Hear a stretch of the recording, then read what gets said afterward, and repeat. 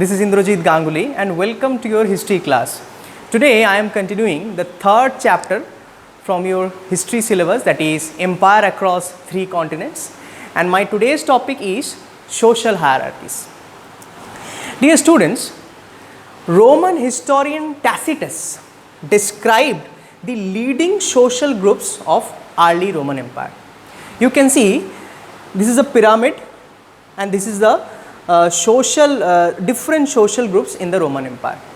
In the first order, that is senators, who are also considered as patres. In next order, there is a equestrian class. They are basically knights, basically the horsemen, the military people. Next, the third order, in the third order there is a lower class, and these people are considered as plebs sordida. And in the third group, that is, in the fourth group, that is slaves. Dear students, I have already discussed with you, the slaves are very important in the Roman society and they are the part of the Roman family. And in my last class, I have discussed with you about the conditions of the slaves in the Roman Empire. So this is the important groups, four important groups in the early Roman Empire. But in the late Roman Empire, which starts with during the time of Emperor Constantine, these two groups, which basically the senators and equestrian, these two groups merged and united with each other, and they formed a new group that is known as aristocracy. Remember students, this group is also known as late Roman aristocracy. And late Roman aristocracy was rich but not powerful as military. Now, apart from these groups, there are other groups. These groups is known as middle class. They become very important in the late Roman Empire. Remember students, these groups consisted of bureaucracy, army, merchants and farmers.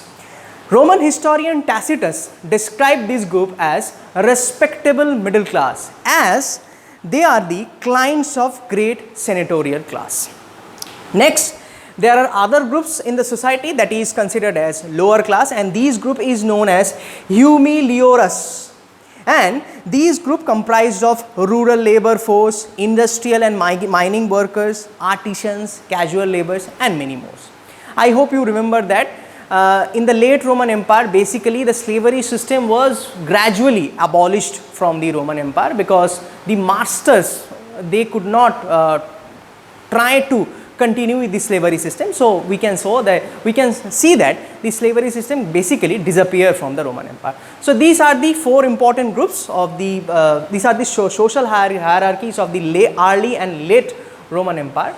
In your book, that is NCERT page number 70 and 71, there are more information about the late Roman aristocracy. So dear students, I am requesting you to please read the information about the late Roman aristocracy from the NCERT, and I hope you will get more information about this. So now I am moving to the last topic of this chapter, the late antiquity. Okay, the next topic, late antiquity. Now the question arises, what is the meaning of late antiquity? Basically, final and fascinating period in the evolution and breakup of the Roman Empire is known as late antiquity. I have already discussed with you that the late antiquity and basically the late Roman Empire starts with the reign of Constantine I, and it was during 4th century and lasted till 7th century. So from 4th century to 7th century, this period is known as the late antiquity. Remember student, it is very important for 1 mark question. So in this period, in the late antiquity period, there are significant changes in the Roman Empire in the 4th century. The first one, that is Emperor Diocletian fortified the frontiers and reorganized the provincial boundaries of the Roman Empire. Now, I hope you remember that in 3rd century, Roman Empire faced crisis and threat from the neighboring Iranian Empire, right? So Emperor Diocletian believed that it was a time to redefine the boundaries and fortified the empires. Next one, he separated civilians from the military functions. Now, by this it was mean that he recruited more important persons in the military and more capable persons, skillful person in the militaries to enhance the strength of the military. So that was a very important reforms that was done by the Emperor Diocletian. During the time of Emperor Constantine, remember student, Emperor Constantine also regard as the Constantine the Great. So during the time of Emperor Constantine, he made Christianity as an official religion. Remember students, I hope you remember that in my last class I have discussed with you that Roman Empire have various religious cults and local deities, just like Mars, Jupiter, Juno, Zeus. So we can say that the Roman Empire is having the polytheist culture, right? But whenever Emperor Constantine made Christianity as an official language, we cannot say that the polytheist culture disappeared overnight, right? But Christianity became the official language, official religion of the Roman Empire. Remember that apart from the Christianity, there are other religion also prevalent in the Roman Empire, that is called Judaism. Remember students, the Jews communities are also there in the Roman Empire. There is another important changes that had been made by the Emperor Constantine, that he introduced 4.5 gold coin that is known as solidus. Solidus, it is very important, 4.5 gold coin that is used, that is introduced by Roman Emperor Constantine. And Constantine created a new capital of the Eastern Roman Empire, and that is known as Constantinople. From the Constantine, the empire get the name that is Constantinople. Remember students, basically the Roman Empire has two capital. The Western Roman Empire has the capital Rome, and the Eastern Roman Empire has the capital the Constantinople. Let me tell you an interesting thing about Constantinople. Constantinople is basically recent day Istanbul, and it is the capital of Turkey. Okay, our last topic, that is decline of the Roman Empire. These are the important reasons for the decline of the Roman Empire. The first reason of the decline of the Roman Empire, that plague affected the Eastern Roman Empire, basically the eastern part of Roman Empire. I think you know that.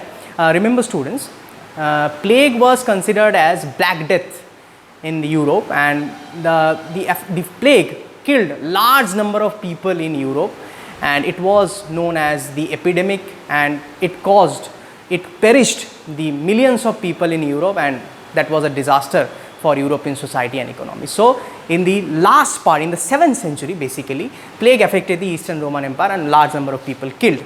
Next one, the various Germanic groups like Goths, Vandals, Lombards took over all the major provinces of the Roman Empire. Next, third reason is that Iran captured major eastern provinces of the Roman Empire, including the northern part of Africa, that is Egypt. I hope you remember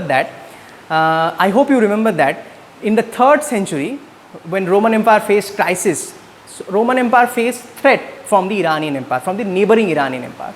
So in the 7th century, Roman Empire also faced threat from the Iranian Empire. And the last but not the least, that is a very important reason, rise of Islam and the Arabians, they posed major threats for the existence of the Roman Empire.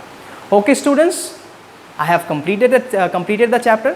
From my next classes, I will provide you class notes, question answers, activity, map work. Thank you and have a nice day.